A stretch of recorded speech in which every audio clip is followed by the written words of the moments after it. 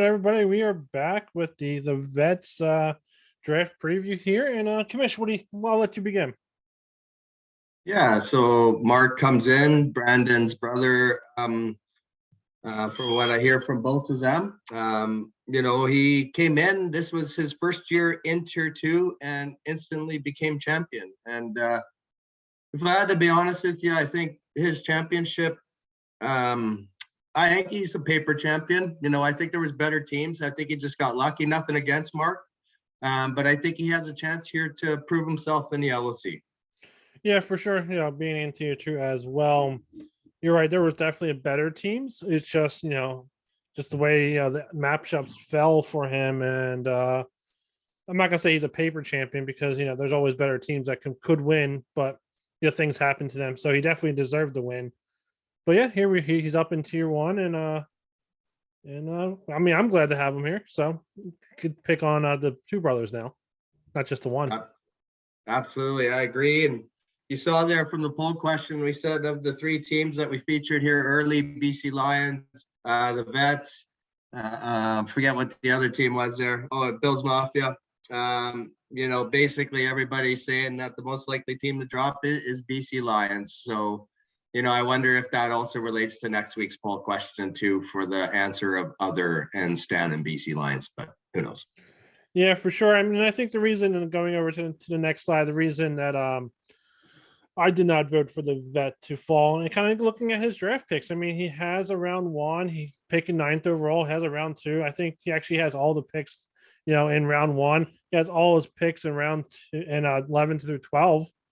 And he has 8 picks in the last 9 rounds. So to me, he's set up for a pretty good draft. He does have 2 picks in round 6. So, I mean, he definitely, in my opinion, is going to need it. I mean, he has Joe Burrows, NTN, we don't know how he's going to come back and play. And the Gallup and Lamb, so only one of them can score a touchdown at a time in theory, unless one throws it to the other, I guess. And Noah Font there, and I know how we kind of gave Font a hard time last year in the trade. I believe he was in the trade for with Templars, and he has Parsons as well. So, I mean, he's definitely set up for success. I think he comes into a really hard division.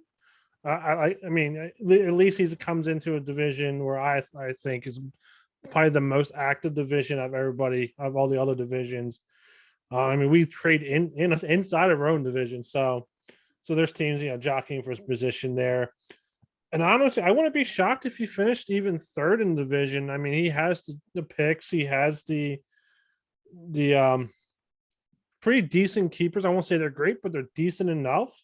And if he made a couple moves, I wouldn't be shocked if he finished at minimum 3rd, maybe 2nd.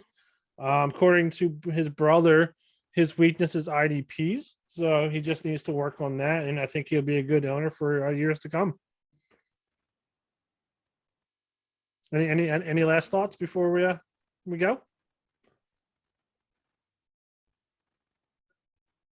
Yeah, for sure. I would say when I look at his roster, I mean, there's an opportunity for him to think about maybe even keeping Khalil Herbert. I mean, Tariq Cohen's out of that role there for Chicago.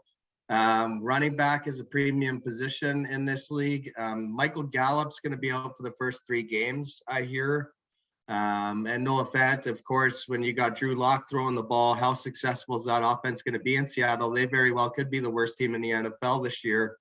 But I do agree with you as well. The pick situation is really good for the vet. The pick 9th overall, I think he's in really good shape there. Robert left him a good team, and this is kudos to Robert.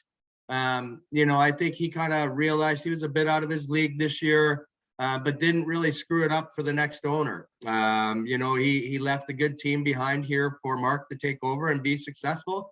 And I think the next couple teams we preview here in the next few weeks actually are in a worse position than Mark and the Vet. I agree with you. I think Mark and the Vet's going to be here to stay. And honestly, looking at all the picks and the good keepers that he has, I honestly probably would have put the money in if I was him. I mean, I can understand why Bills Mafia took the Grace, but the Vet's in a good spot here. I would have just went in. I agree, for sure.